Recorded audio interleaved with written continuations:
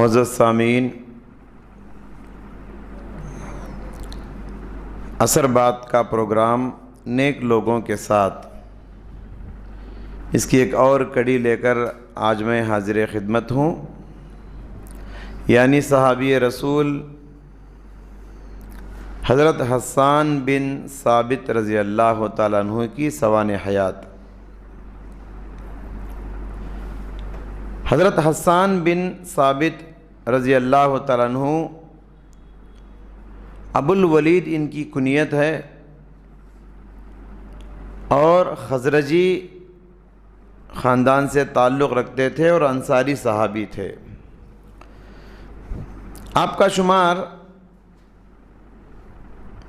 مدینے کے دو بڑے قبیلے تھے، ایک اوس اور دوسرا خزرج، اور خزرج میں بھی ایک شاخ تھی بنو النجار، جو کہ نبی کریم صلی اللہ علیہ وسلم کا ننیال قبیلہ تھا، اس سے تعلق رکھتے تھے، اور گویا کہ آپ اللہ کے نبی صلی اللہ علیہ وسلم کے ننیال سے تھے۔ بڑی لمبی عمر اللہ تعالیٰ نے آپ کو دی۔ آپ صلی اللہ علیہ وسلم آپ رضی اللہ تعالیٰ عنہ اسلام لانے سے پہلے 60 سال آپ کی زندگی تھی، اور اسلام قبول کرنے کے بعد 60 سال زندہ رہے، گویا کہ کل عمر آپ کی 120 سال ہے۔ طبقہ صحابہ میں حضرت حسان بن ثابت رضی اللہ تعالیٰ عنہ کی خاص پہچان تھی، اور وہ یہ کہ بحیثیت شاعر رسول دربار نبی کے جانے مانے شاعر تھے۔ شاعر اور شاعری کو پوئٹ اور پوئٹری کہتے ہیں۔ اس میں بڑی دلچسپی تھی ان کو، اور اپنی فصاحت کے ساتھ، بلاغت کے ساتھ اشعار کہتے تھے، نظمیں سناتے تھے، قصیدے یہ لکھتے تھے۔ اسلام سے پہلے بھی ان کی شاعری کے بڑے چرچے تھے، ان کا بہت بول بالا تھا، اور قبول اسلام کے بعد بھی آپ اپنی شاعری کو اسلام کی خدمت کے لیے وقف کر رکھا تھا۔ اسلام کا تعارف پیش کرتے تھے اپنی شاعری کے ذریعے، اسلام کی نشر و اشاعت کرتے تھے اپنی شاعری کے ذریعے، مشرکین اور کفار پر اپنی شاعری کے ذریعے سے حملہ کرتے تھے۔ یاد رہے، جس طرح میدان جنگ میں ایک مجاہد تلوار لے کر نکلتا ہے، حملہ کرتا ہے، نیزے لے کر، تیر لے کر حملہ کرتا ہے، ویسے ہی حملہ نظریاتی میدان میں ایک شاعر کرتا ہے۔ اور عہد نبوت میں اس محاذ کو سنبھال رکھا تھا حضرت حسان بن ثابت رضی اللہ تعالیٰ عنہ نے۔ اپنی شاعری کے ذریعے سے اسلام کا دفاع کرتے، اپنی شاعری کے ذریعے سے مشرکین اور کفار کو، دشمنوں کا چیلنج کرتے تھے۔ دربار نبوی کے ویسے تو بہت سارے شعراء تھے، قصیدے بولنے والے، نظمیں بولنے والے بہت سارے لوگ تھے۔ کعب بن مالک بھی شاعر تھے، حضرت عبداللہ بن ابی رباحہ بھی شاعر تھے، لیکن شعر و شاعری میں جو مقام حسان بن ثابت کو ملا وہ کسی اور کو نہیں ملا۔ عربوں کے نزدیک شاعری کی بڑی اہمیت تھی۔ کسی بھی قبیلے میں کوئی اچھا شاعر پیدا ہو جاتا تو اس قبیلے کے لیے ایک بہت بڑا سرمایہ کی حیثیت رکھتا تھا۔ وہ شاعر اس قبیلے کے لیے بہت بڑی دولت کی حیثیت رکھتا تھا۔ لوگوں کی نظر میں اس قبیلے کی اہمیت بڑھ جاتی جس قبیلے میں ایک بہت بڑا شاعر پیدا ہوتا۔ اسلام سے پہلے بھی ہر سال حج ہوا کرتا تھا، اور حج کی مناسبت سے بازار لگتے تھے، سوک عکاظ ہے، سوک ظلم جنہ ہے، بہت سارے مشہور بازار لگتے تھے۔ ان بازاروں میں مختلف قبیلوں کے شاعر آتے اور اپنی شاعری اور اپنا کلام پیش کرتے۔ شاعری میں قبیلوں کے درمیان کمپٹیشن ہوتا تھا، کس کا کلام اچھا ہے، کس کی شاعری اچھی ہے، کمپٹیشن ہوا کرتا تھا، اور جس کی شاعری سلیکٹ ہوتی، منتخب ہوتی، یہ 1 سال کے لیے اس کے قصیدے کو، اس کی شاعری کو خانہ کعبہ میں لٹکا دیا جاتا تھا، 1 سال کے لیے۔ عربک لٹریچر اگر آپ جانتے ہو تو عربک لٹریچر میں 7 معلقات نامی ایک مشہور کتاب ہے۔ 7 معلقات یہ بہت جانی مانی کتاب ہے، جس میں 7 مشہور قصیدے جو کہ سلیکٹڈ ہیں، اور ایسے شعراء کے قصیدے جو خانہ کعبہ میں ان کے قصیدے لٹکائے جا چکے ہیں، ایسے شاعروں کے 7 قصیدے اس کتاب میں ہیں، جسے 7 معلقات کہا جاتا ہے، اور یہ کتاب آج بھی مارکیٹ میں ملتی ہے، بہت بڑی کتاب ہے شاعری میں۔ عرب کے اس سماج میں شاعری کا کیا وزن تھا، عرب کے ماحول میں شاعری کا کیا مقام تھا، آپ اس بات سے اندازہ لگائیے، اس واقعے سے اندازہ لگائیے کہ ایک شخص تھا عرب میں، اس کی کئی بیٹیاں تھیں، اور ساری بیٹیاں بدشکل تھیں، خوبصورت نہیں تھی۔ ان بچیوں کو رشتے نہیں آ رہے تھے، ان بچیوں کی عمر بڑھتی جا رہی تھی، ان کا باپ پریشان تھا۔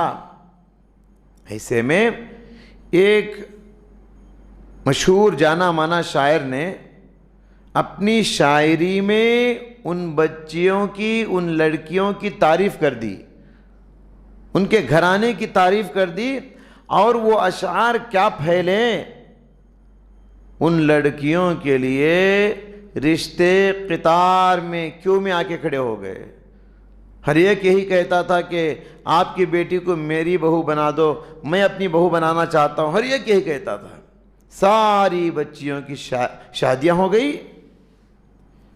عرب کے سماج میں یہ تھا شاعری کا وزن، شاعری کی طاقت۔ حضرت حسان بن ثابت رضی اللہ تعالیٰ عنہ نے اپنی شاعری کو اسلام کے دفاع کے لیے استعمال کیا، اسلام کے دفاع کے لیے حضرت حسان بن ثابت رضی اللہ تعالیٰ عنہ خوب استعمال کیا، اور دشمنوں پر حضرت حسان بن ثابت، مشرکوں پر کوڑے برساتے اپنی شاعری کے ذریعے، دشمنوں کی ہجو کرتے، یعنی ان کی برائی بیان کرتے، اور نبی کریم صلی اللہ علیہ وسلم کی خوب تعریف کرتے، اور اپنی شاعری کے ذریعے سے کافروں سے چیلنج کرتے تھے۔ اور خود اللہ کے نبی صلی اللہ علیہ وسلم نے بھی ان کو کیسے حوصلہ دیا، ان کی تعریف کیسے کی۔ فرماتے ہیں پیارے نبی، اہجہم وروح القدس معک، اے حسان آپ ان کافروں کی خوب برائی بیان کیجئے، اپنے اشعار کے ذریعے سے ان کو ذلیل کیجئے، اپنے اشعار کے ذریعے سے ان کی ہجو کیجئے، روح القدس یعنی جبرائیل کی مدد آپ کے ساتھ ہے۔ ایسے اللہ کے نبی نے ان کی تعریف کی۔ ایک موقع پر آپ نے فرمایا، حسان تمہارے اشعار ان مشرکوں پر ایسے چبھتے ہیں، تمہارے اشعار ان مشرکوں کو ایسے چبھتے ہیں کہ تیر اور تلوار کی چبھن بھی ان کے لیے قابل برداشت ہے، تمہارے اشعار کی چبھن ان کے لیے برداشت نہیں۔ اللہ کے نبی نے فرمایا۔ بطور نمونہ 2 شعر میں آپ کو سناتا ہوں جو حضرت حسان بن ثابت رضی اللہ تعالیٰ عنہ نے کہے ہیں۔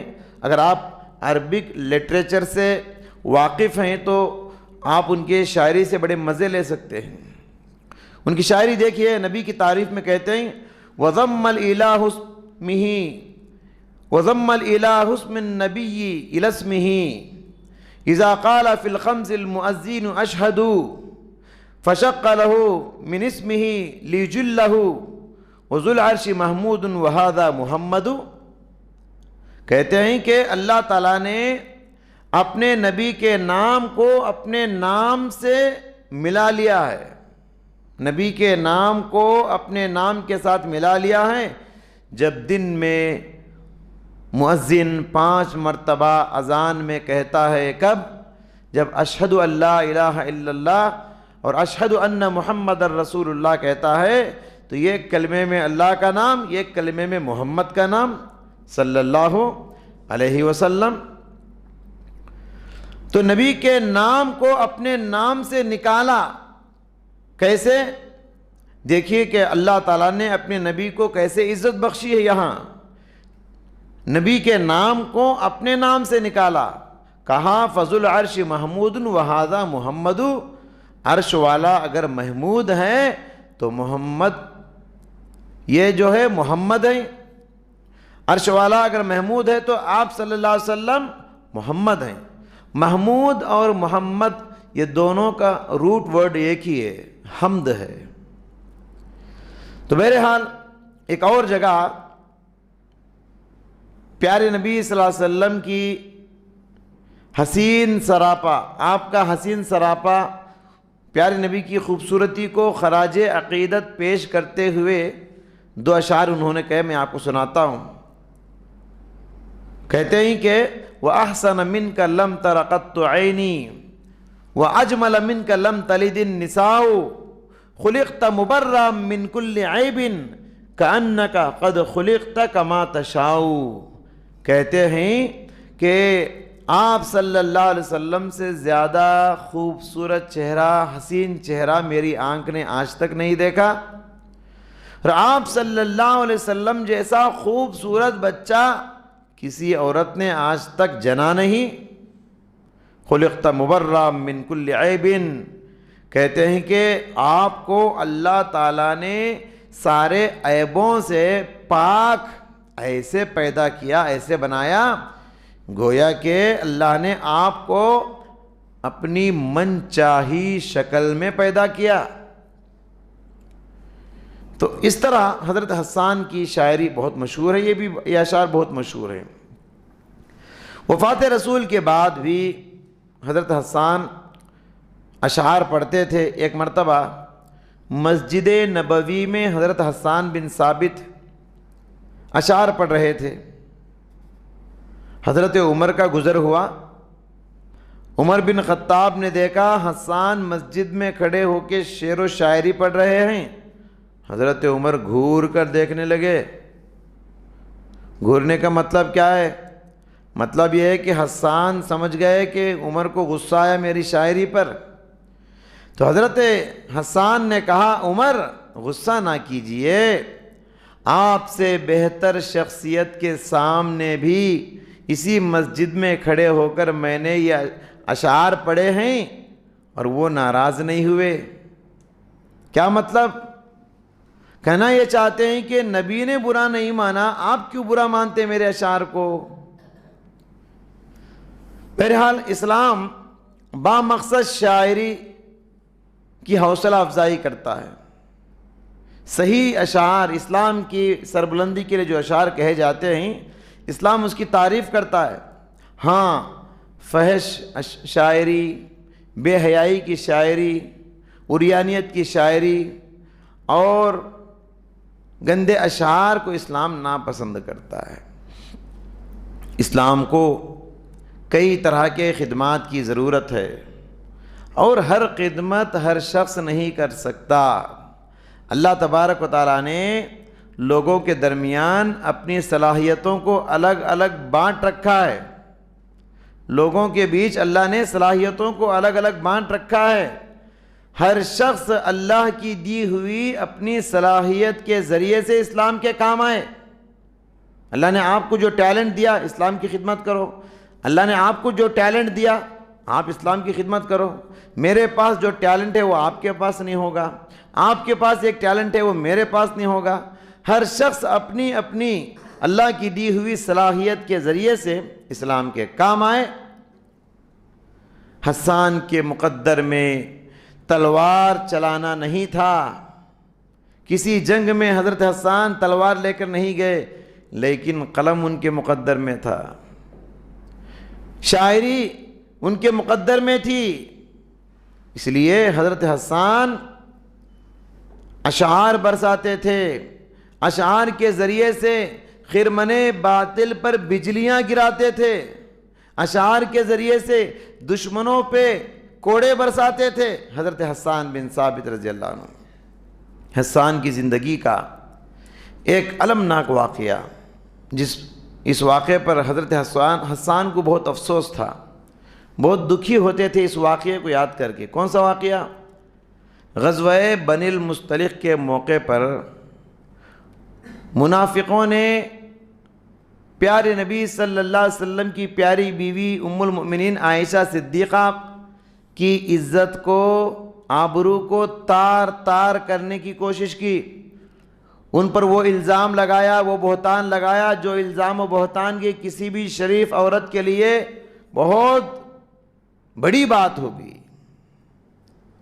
اور جو الزام حضرت عائشہ پر لگایا گیا، غلط فہمی کی وجہ سے بعض مسلمان بھی منافقین کے اس پروپیگنڈے کے زد میں آ گئے، اور بعض صحابہ کی زبان سے وہ الفاظ نکل گئے حضرت عائشہ کے سلسلے میں جو الفاظ کے منافقین کی زبان سے نکلے تھے۔ ایسے الفاظ بعض صادق الایمان صحابہ کے زبان سے ادا ہو گئے، ان الفاظ سے حضرت عائشہ کی آبرو پہ حملہ ہوتا ہے۔ کون ہے وہ؟ 3 صحابہ، ایک ہے حضرت حسان بن ثابت، دوسرے ہیں حضرت مصطح بن اساسہ، اور تیسری خاتون ہیں حمنہ بنت جہش۔ جب عائشہ کی برات والی آیتیں نازل ہوئی تو اللہ کے نبی ان تینوں صحابہ کو بلا کے ایک ایک کو 80 کوڑے مارے، جو کہ کسی پر ناحق الزام لگانے اور بہتان لگانے کی سزا ہے۔ دنیا میں اللہ کے نبی نے سزا اس لیے دی تاکہ وہ آخرت کی سزا سے بچ جائیں۔ بہرحال حضرت حسان بن ثابت رضی اللہ تعالیٰ عنہ اس واقعے کو یاد کر کے بہت افسوس کرتے تھے۔ حالانکہ حسان اللہ کے نبی کو اتنا چاہتے تھے، ایک شعر میں وہ کہتے ہیں فَإِنَّ أَبِي وَوَالِدَهُ وَعِرْضِي لِعِرْضِ مُحَمَّدٍ مِّنْكُمْ وِقَاؤُ، کہتے تھے اے کافرو، جس دن بھی محمد صلی اللہ علیہ وسلم کی آبرو پہ آنچ آ جائے تو میں اپنی جان کو قربان کر دوں گا محمد کی ڈیفنس کرنے کے لیے۔ میں اپنی جان، اپنے باپ کی جان، اپنے دادا کی جان کو قربان کرنے کے لیے تیار ہوں جس دن حضرت محمد صلی اللہ علیہ وسلم کی عزت و آبرو پہ کوئی آنچ آ جائے۔ اتنا چاہنے والے حضرت حسان منافقین کی باتوں میں آ گئے، ایسا جذبہ رکھنے والے، تو اندازہ لگایا جا سکتا ہے کہ منافقین کا پروپیگنڈا، ان کی شرارت کتنی بھیانک ہوتی ہے، اس سے بچنا کتنا ضروری ہے۔ بہرحال ایک مثالی زندگی گزارنے کے بعد سن 70 پر 1 ہجری میں حضرت حسان بن ثابت رضی اللہ عنہ انتقال فرما گئے۔ انتقال کے وقت ان کی عمر 120 سال تھی۔ دعا ہے اللہ تعالیٰ سے، اللہ تعالیٰ جیسے حضرت حسان نے اپنے قلم اور زبان کے ذریعے سے دین اسلام کی خدمت کی، اللہ ہم سب کو بھی اپنی اپنی صلاحیتوں کو استعمال کر کے اسلام کے کام آنے کی توفیق عطا فرمائے۔ آمین۔ وآخر دعوانا ان الحمد للہ رب العالمین۔